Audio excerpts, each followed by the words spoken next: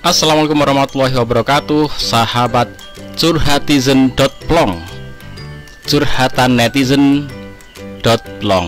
Oke teman-teman, curhatkan masalah di sini dan semoga dengan curhat di sini hati kalian, hati kita menjadi plong. Oke teman-teman, pada kesempatan kali ini kita akan membahas ini kejadian yang lagi sangat viral, yaitu nih, pengasuh ponpes nikahi anak di bawah umur. Nah, kasusnya seperti apa? Coba kita simak. Pondok pesantren Habib Merah di Desa Sumber Mujur, Kecamatan Candipuro, Lumajang nampak sepi pasca terbongkarnya kasus pernikahan anak di bawah umur. Seorang oknum pengasuh ponpes menikahi anak di bawah umur tanpa izin orang tuanya. Belakangan juga diketahui jika pondok pesantren ini tidak terdaftar di kantor Kementerian Agama Kabupaten Lumajang. Setelah melakukan pemeriksaan 6 orang saksi dan melakukan visum pada korban, tim penyidik Polres Lumajang resmi menetapkan pengasuh ponpes Habib Merah ME sebagai tersangka.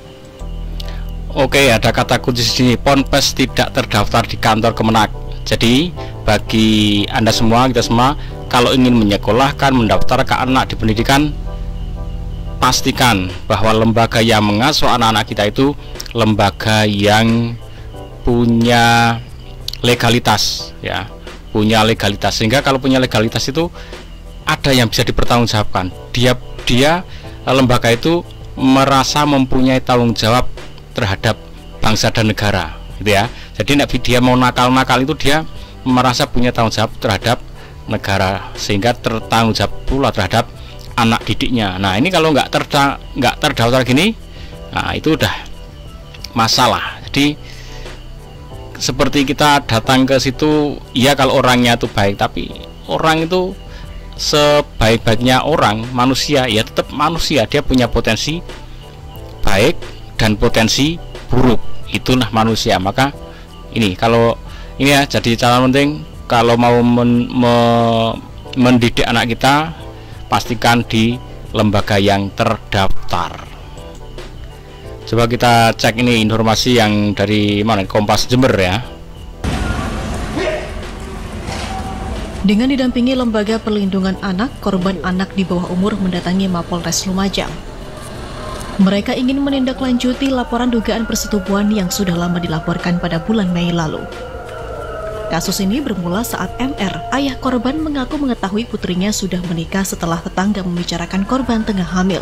Sebab selama ini korban tidak pernah bercerita kepadanya. Setelah melakukan penelusuran, ayah korban baru mengetahui anaknya telah dinikahi oleh pengurus sekaligus pengasuh pondok pesantren di Desa Sumber Mujur, Kecamatan Candipuro saat korban berusia 16 tahun. Maka laporannya ya persetubuhan. Nah, persetubuhan karena ini dua umur.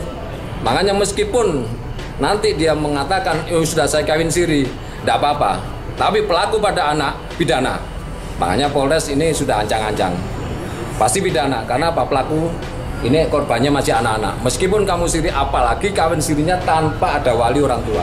Berarti kan ada bujuk rayu. Oke, apalagi ini pernikahan tanpa izin dari orang tua kandungnya.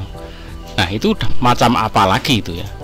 Itulah lembaganya tidak ada surat, tidak ada izin pendiriannya, kemudian dia mengelola itu tanpa izin, tanpa tanggung jawab jelas, sehingga dia punya kekuasaan, punya power, punya dana, punya apapun, akhirnya bertindak semena-mena seperti itu. Yang jelas gini teman-teman, kalau pernikahan itu kan sebenarnya sudah dipermudah di Indonesia, ini sudah mudah. Apa susahnya nikah dengan cara yang disediakan, dengan cara-cara yang sudah difasilitasi oleh negara. Kalau dia menempuh jalur yang difasilitasi oleh negara, pasti pernikahannya itu baik, sah secara agama dan sah secara hukum negara. Karena apa? Hukum negara dan agama ini sudah sinkron. Jadi kalau dia menepati aturan negara, dia pasti akan menepati aturan agama Islam ya, atau agama yang lain. Kalau dia kok berusaha mencari jalur-jalur lain, berarti ada unsur kenakalan di situ. Ini catat, berarti ada kenakalan. Siri, nikah siri sah. Kenapa mesti milih siri? Wong nikah pakai jalur formal saja difasilitasi dengan baik, berarti ada unsur ada unsur kenakalan di balik itu. Kenapa milih jalan itu? Oke ya, jadi perhatikan itu. Lembaga yang tidak punya sertifikasi untuk berdiri, kemudian termasuk pelaksanaan pernikahan yang mencoba tidak mengikuti aturan negara, ada unsur kenakalan di baliknya. Nah itu jadi hati-hati bagi kita semua yo. Jadi pengingat lah ya. Coba kita lihat nih orangnya. Sosok Muhammad Erik alias Muhammad Arifin, seorang pengasuh pondok pesantren di Lumajang yang menikahi gadis berusia 16 tahun.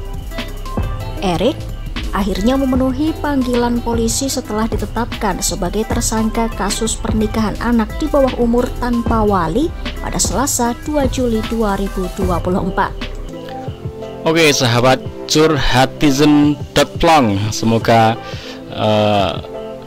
kita bisa lebih waspada dengan menyimak di konten-konten ini. Nanti kita bisa mengungkap ada masalah-masalah di sekitaran kita dan bagaimana kita bisa mensikapinya itu dengan baik, dengan aman ya, dengan aman, dengan nyaman. Ada kata-kata kunci. Oke teman-teman, semoga dengan menyimak bersama saya di sini kita dapat solusi, hati Anda menjadi plong, lega dan mendapatkan solusi. Semoga bermanfaat. Ikuti terus curhatizen.plong. Assalamualaikum warahmatullahi wabarakatuh.